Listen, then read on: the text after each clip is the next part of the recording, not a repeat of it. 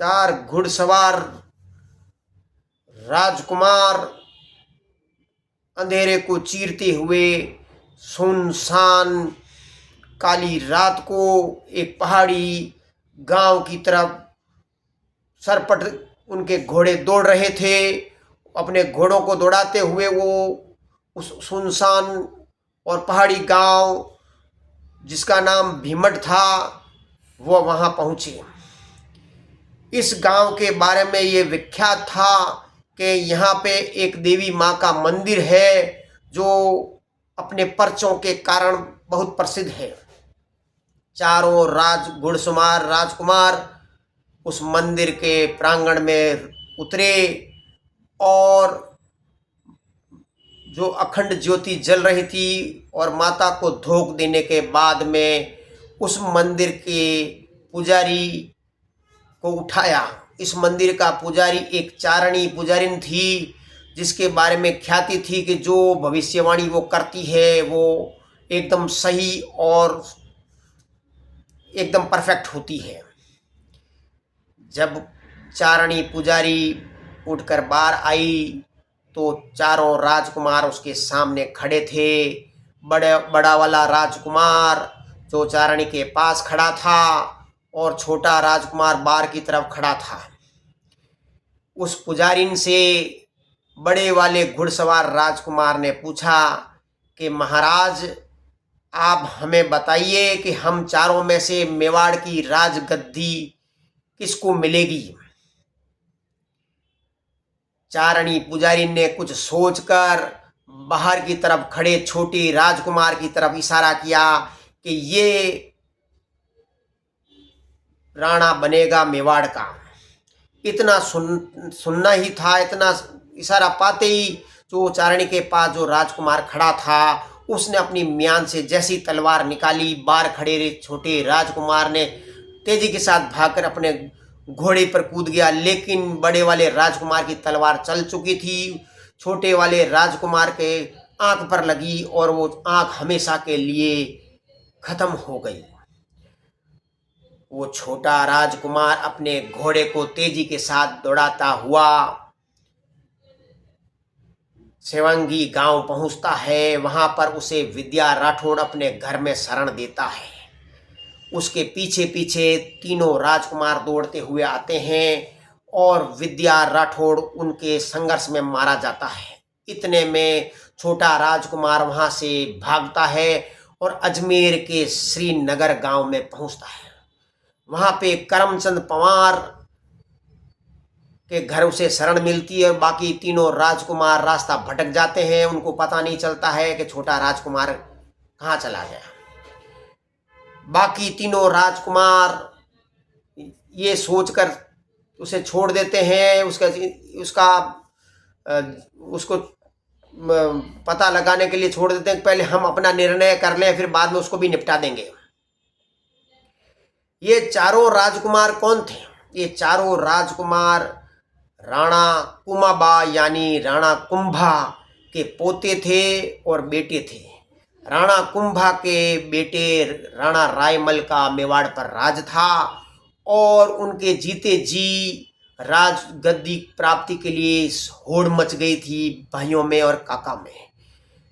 रायमल का एक छोटा भाई सारंगदेव भी इस संघर्ष में शामिल था और बड़ा राजकुमार पृथ्वीराज, बीच वाला जयमल और सबसे छोटा जो घायल राजकुमार था उसका नाम संग्राम सिंह था। पृथ्वीराज ने अपने काका सारंगदेव का कत्ल कर दिया, उसकी हत्या कर दी और कुछ समय बाद पृथ्वीराज को भी किसी ने धोखे से जहर देकर उसको मार डाला।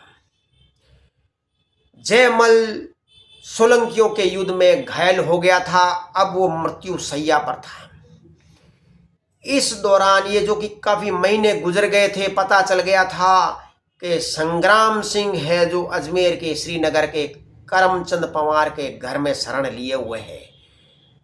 जयमल ने जो घायल अवस्था में मरणासल अवस्था में था वो अपने सरदारों को भेजता है और संग्राम सिंह को बुलाता है। जयमल संग्राम सिंह का जब संग्राम सिंह चित्तौड़गढ़ में आ जाता है, वहाँ पे उसका राज्याभिषेक कर देता है और मृत्यु उसको जयमल को प्राप्त हो जाती है।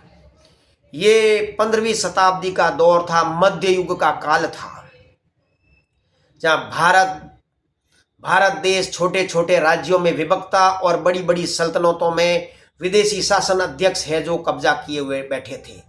दिल्ली पर अफगान इब्राहिम लोदी का शासन था और राजपूताना जो कि इन विदेशियों को चुनौती देने में सक्षम था, लेकिन वो भी छोटे छोटे राज्यों में विभक्त थे। जिस प्रकार मोहम्मद बिन कासिम जो 8वीं सदी में आया था हिंदुस्तान पर हमला करने, राणा संग्राम सिंह बाद में राणा सांगा कहलाया था, उसके पुरखे बप्पा रावल ने भी इन राजपूताने और आस पड़ोस के छोटे बड़े राजाओं का संग बनाकर उसके मोहम्मद बिन कासिम जुनैद की मारकर कैस्पियन सागर तक भगाया था। उसी प्रकार राणा सांगा ने भी इलाके के छोटे बड़े राजाओं को इकट्ठा किया और एक राजपूतों का संग बनाया, जिसमें वो विदेशी आक्रमणकारियों को यहाँ से उखाड़ फेंकने में सक्षम हो सके। कुछ बरस इसलिए बीत गए एक संघ बनाने में, एकता करने में, जो भारत माता के तकलीफें थी, जो छोटे छोटे राज्यों में विभक्त होने के कारण एकता नहीं हो पा रही थी। विदेशी आक्रांता है जो उनको लूट रहे थे, उसकी आत्मा को निचोड़ रहे थे। तो देश के पुत्रों का ये कर्तव्य बनता है कि वो एक होकर विदेशी आक्रांताओं का सामना कर सके। इसमें राणा सांगा काफी हद तक सफल रहे, वो एक बनाने में सफल रहे।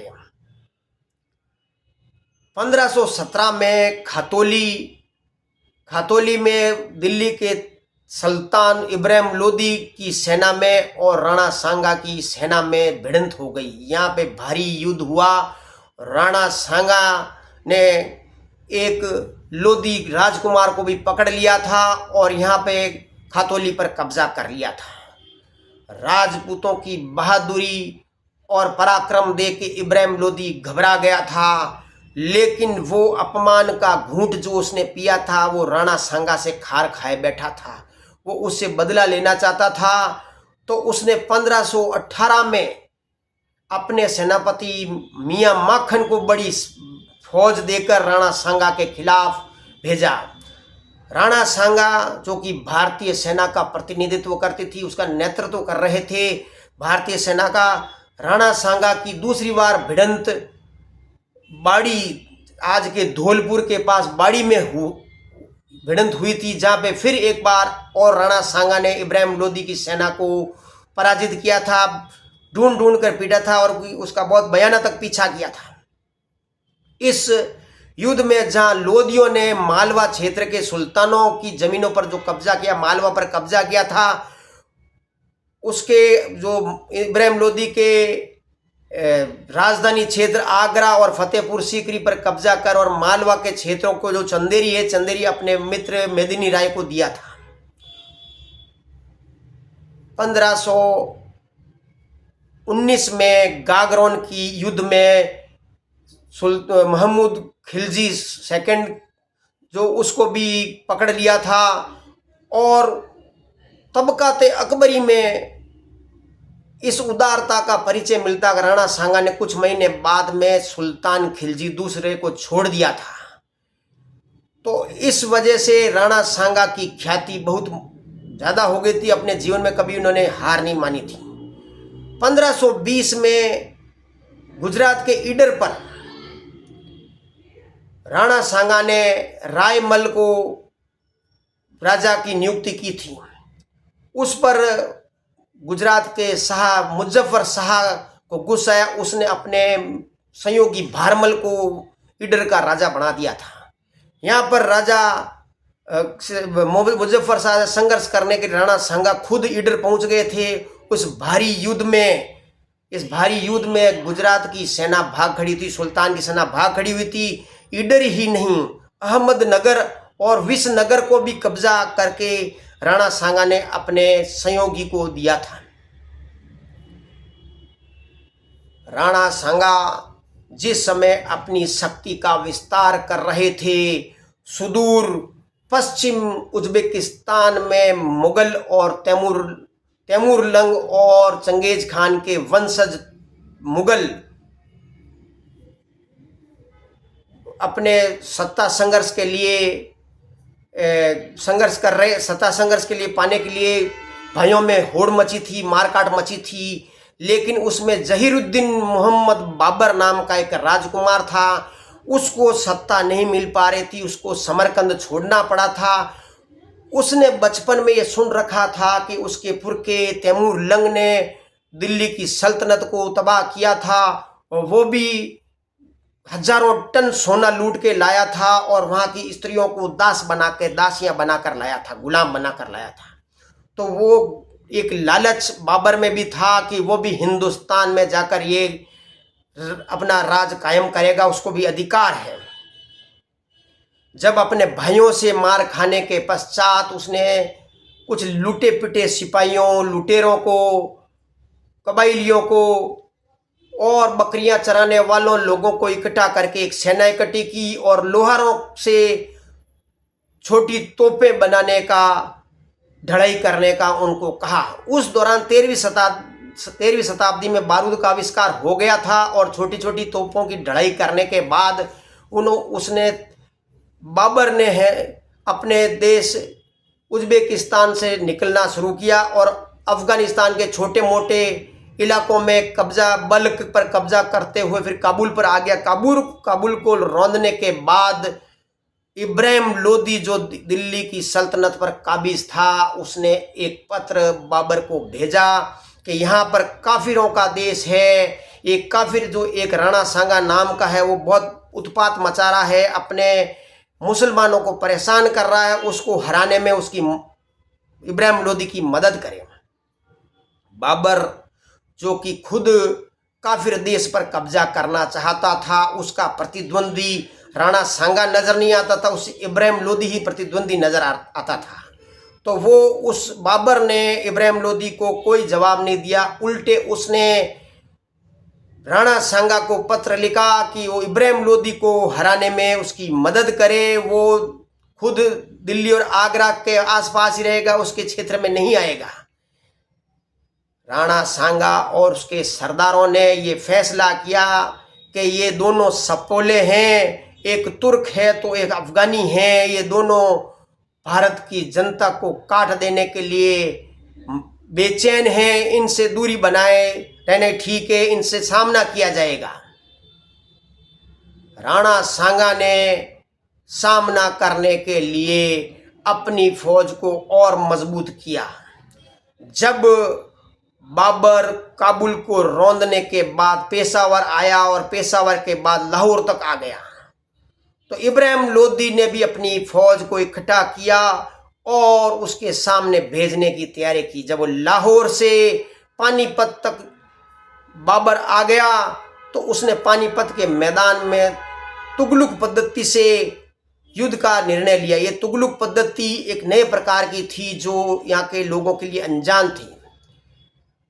मैदान के बीचों बीच एक बहुत बड़ा खड्डा खुदवा दिया जाता था, उसके बीच में सेनापति खड़ा होता है और अपने सैनिकों का मनोबल बढ़ाता है और उसके खड्डे के आसपास पेड़ों की डालियां और ऐसे रख दिया जाता है कोई खड्डा वड्डा नहीं हो, शत्रु अनजाने में और भ्रमित होकर उस खड्डे में गिरे और मारा जाए।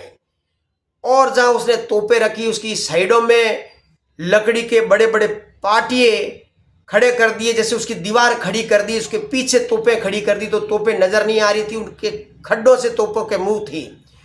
सुबह जब 1526 में इब्राहिम लोदी और बाबर की सेना में पानीपत में जब युद्ध हुआ तो चारों में भयंकर मारकाट मच गई।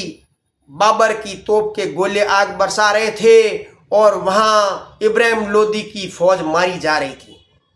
दोपहर तक इब्राहिम लोदी की फौज आधी से ज़्यादा खत्म हो गई थी और शाम तक होते होते पूरी अस्त व्यस्त हो गई, पूरा मैदान लाशों से पट गया था।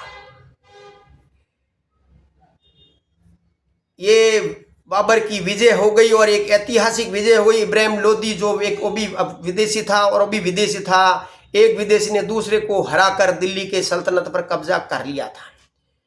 जब पानीपत की लड़ाई जीतने के बाद बाबर की फौज दिल्ली की तरफ जा रही थी तो राणा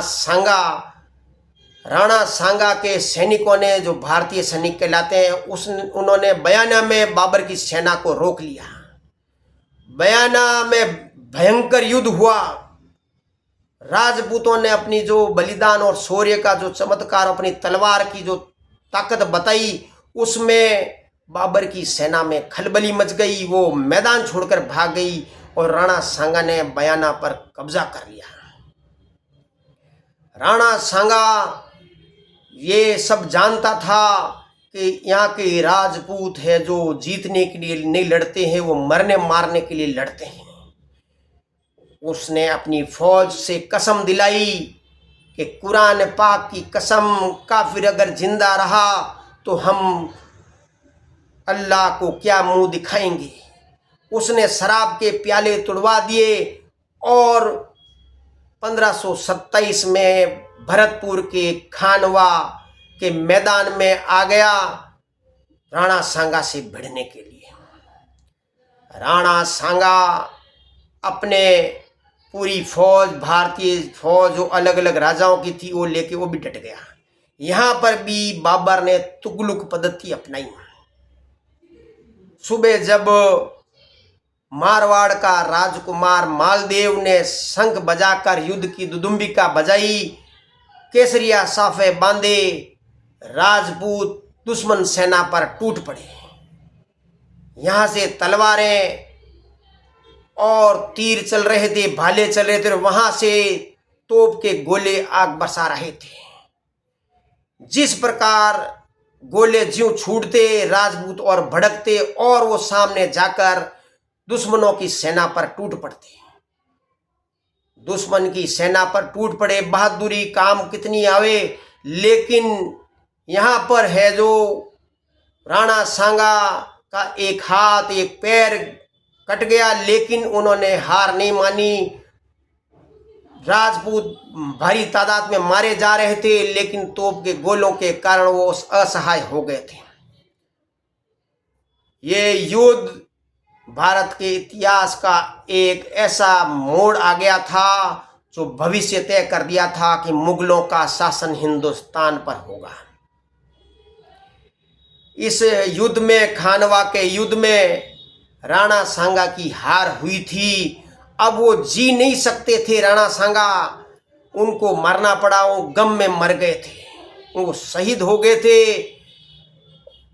राणा सांगा की बहादुरी और बलिदान और पराक्रम के कारण बाबर को भी कई बार बेचैनी हो गई थी, होश खवा बैठा था, लेकिन फिर भी उसने अपनी, वहाँ अगर उज्बेकिस्तान जाए तो क्या मुंह दिखाएगा, और यहाँ रहने के लिए उसको मरना जरूरी है।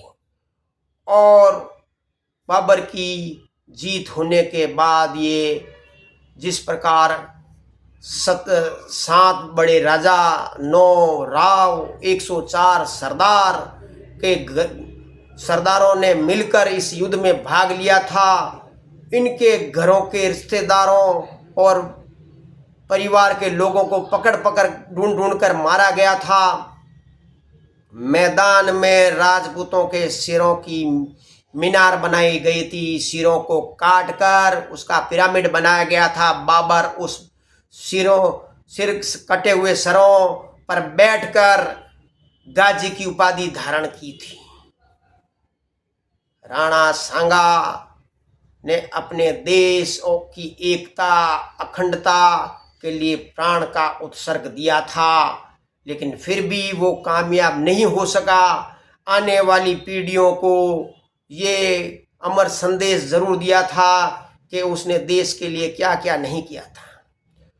राणा सांगा के शरीर में 80 घाव थे, उसको सैनिकों का भग्नावशेष कहा जाता था। उसके बाद भी उसमें देशभक्ति की कोई कमी नहीं थी, मरने मारने के लिए तैयार था। इस राजपूताने को एक करने के बाद आज जो स्थिति भारत की अगर है, तो कई लोगों के बलिदान के योगदान के कारण आज ये देश बचा हुआ है, तो उसमें राणा सांगा का भी नाम सर्वोपरि है। राणा सांगा हमेशा अमर रहेंगे। जय हिंद।